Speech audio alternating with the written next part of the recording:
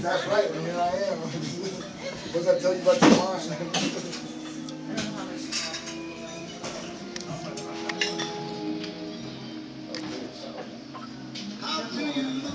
Well, think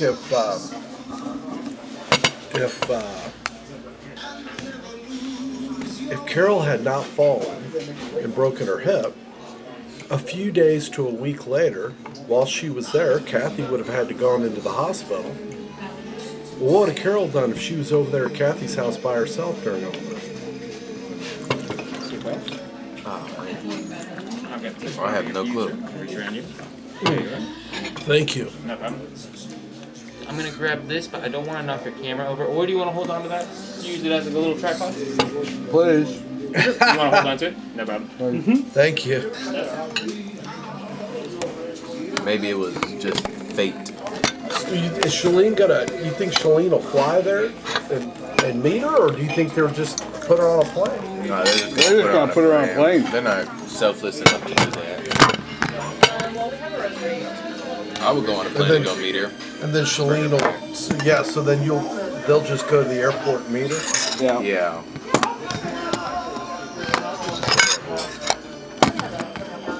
Because what if she needs assistance? Well,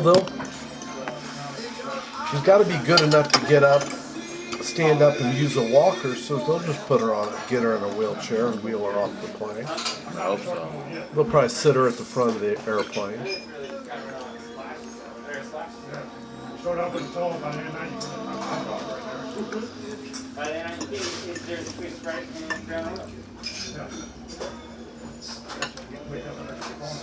Kathy's the one now that's got the long haul. I mean, Yeah, what exactly? that was major surgery. I mean, they went ahead while they're in there and took her gallbladder out. And, they said her stomach was like way high and her stomach was, supposed to be here. It was way high and more towards her back. And they had to move her whole stomach down to where it's supposed to be. Really? I was just glad that when they opened her up, they didn't find any cancer. That's cancer, yeah. Well, because look at Kathy. I mean, she survived ovarian cancer. Yeah. I mean, she was just going in for a routine woman's thing surgery. And Ed was still alive then. And the cancer was so big in her, it just stuck out like a big, when they opened her up, it stuck out like a big sponge.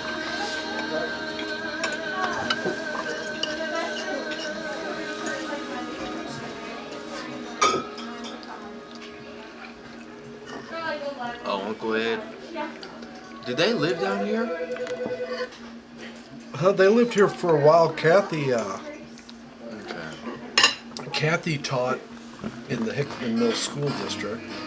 Yeah, And I think they lived over by Bannister Mall, somewhere over there. Mm-hmm. And Ed worked at clothing Unitog or in Warrensburg. He'd drive to Warrensburg. They might have moved to Warrensburg for a while. And he was kind of in the uniform clothing industry type thing. Sales industry. Yeah, and then he got a job with this big clothing manufacturer in Georgia. Atlanta. In Georgia, because see, back in the 60s, 70s, and predating that, a lot of the clothes Were manufactured in the South. manufactured in the South. Yeah. And in a lot of smaller towns, they'd have these clothing textile factories, and they'd make the fabric, and the labor was real cheap. And remember, that's what the basis of that movie Norma Ray was. Yeah. Yeah. Because what they would do is that they try to go down there and get them to unionize. And there was almost like men in the factory. The state was Yeah. against it. Right. And then, but remember, there'd actually be men management in the factories that were there to sniff out Fire. union. Yeah, snuff it out before it could get started.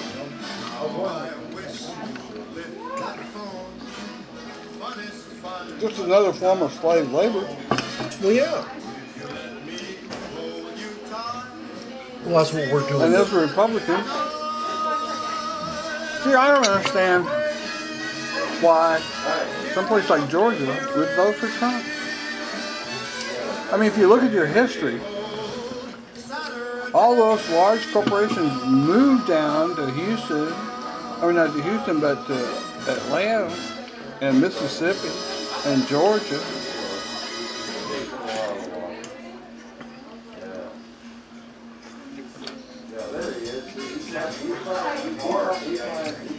But, well, it would be similar, Georgia would be similar to Missouri from the standpoint that Oh, well, Missouri, I don't know. Kansas City, you got Kansas City and St. Louis, which is urban, which vote Democrat, but if you take the whole state, If you go back, who helped the farmers in the 30s and 40s? Who created the farm subsidy program? It was the Democrats.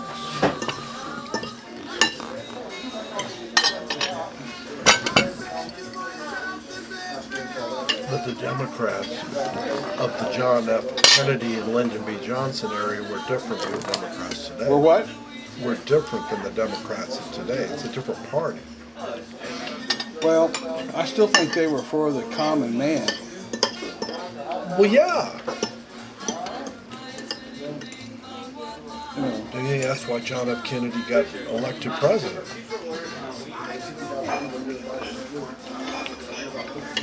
With the help of his dad. Well, I mean, up until the 50s, Missouri was a solid Democratic state. It always voted Democratic.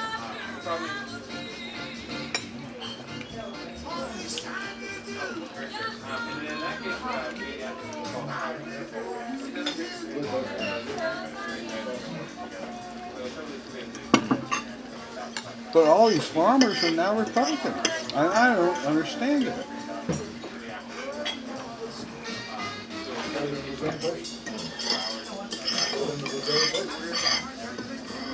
Apparently history doesn't, well, and also the small farmers disappeared. They're all corporate farms now. I mean, we're talking about 6,000 hogs annual production up in Iowa.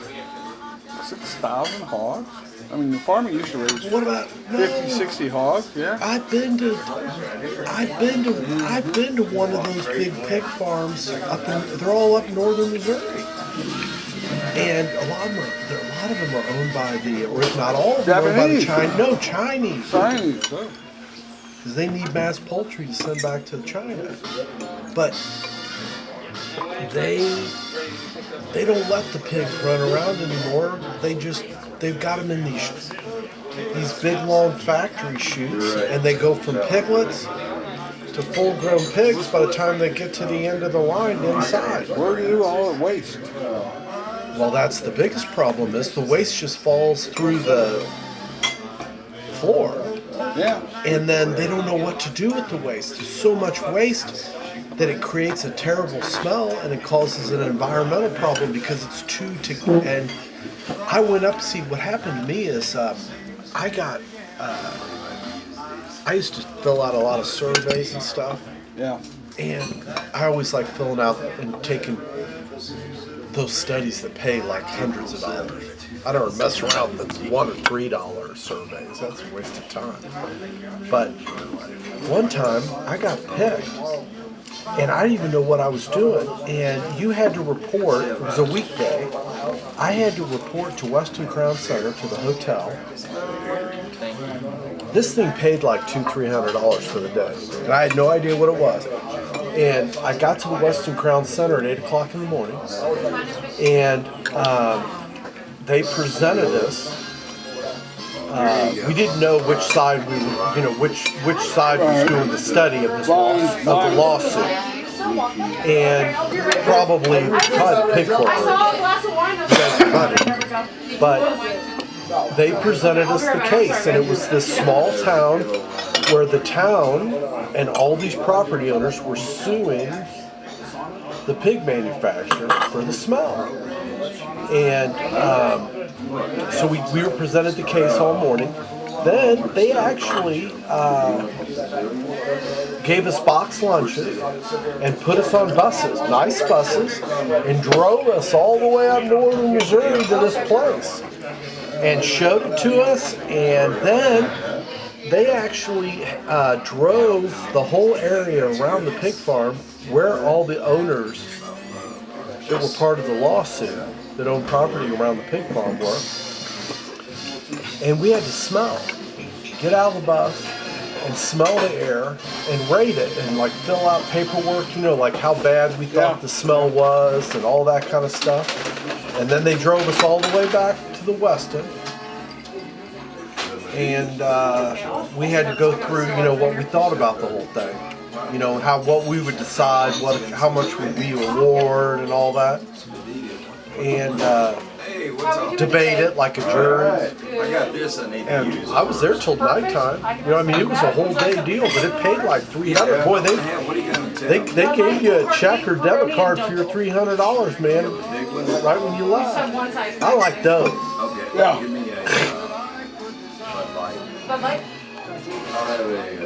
I used to get Heather in some, she's still a veterinarian, but when I was early married to Heather, I used to get her into a lot of veterinarian studies, because, to get a veterinarian to actually take a whole day study, you got to pay them some big money. Get them to blink. And I used to get her in some that paid big money, studies for a day and stuff.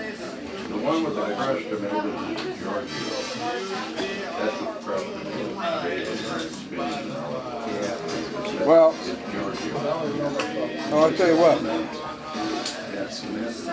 You drive I-70, and just beyond Llewellyn, Kansas, Lewellen. Oh, that's Llewellyn, Nebraska. No, Kansas. There's a Llewellyn, Kansas? Is it? But it's not spelled exactly like mine. Yeah. Llewellyn, Nebraska is spelled. Maybe it is Llewellyn, Nebraska is spelled exactly like mine. About 25 miles before you get there, there's a pig farm.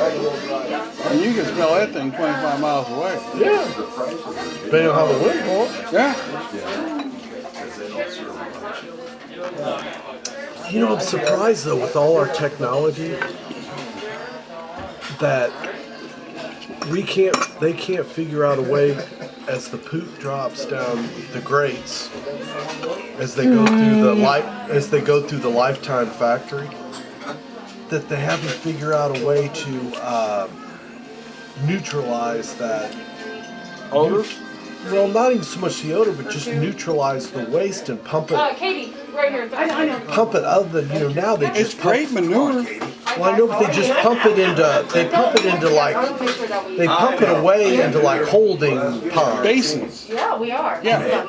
But you would think there'd be a way to. Can't you make gasoline or fuel or something? There's a place in, I think it was Artichoke? Are you done? And some I'm not gonna take it on the plane. Okay. Yeah, it doesn't really say well on a plane. I feel like That's heavy, isn't it? That'll fill you up. That's why my brothers and I used to always get that at the end. take it home. It's heavy. Talking about y'all came here? No, we came here at a place like this. Okay. And on Monday nights, Monday nights would be a slow night in the restaurant business. They'd have a thing where, In fact, a lot of restaurants are closed on Monday nights. Huh? A lot of restaurants used to be closed on Monday night. Yeah. Well, remember, Huh? Well, they all still are today. About the only thing that still kind of closes on Mondays, barbershops and salons. Because they have their Saturdays are a big day, so they take Sunday and Monday off. Yeah.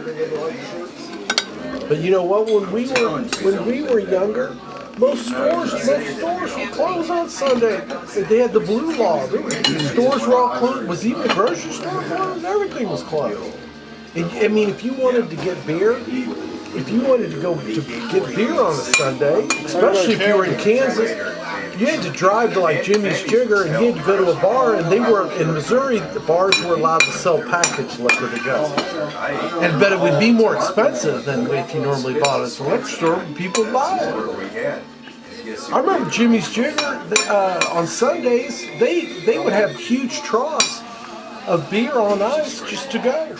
You know, 6-packs on ice. Oh yeah. Oh yeah. Well, they used to do that at the old place. Well, I think they might have sold it to you to go the same price as if you drank it there at the bar. Yeah, probably. Or higher. Premium markup for taking it out.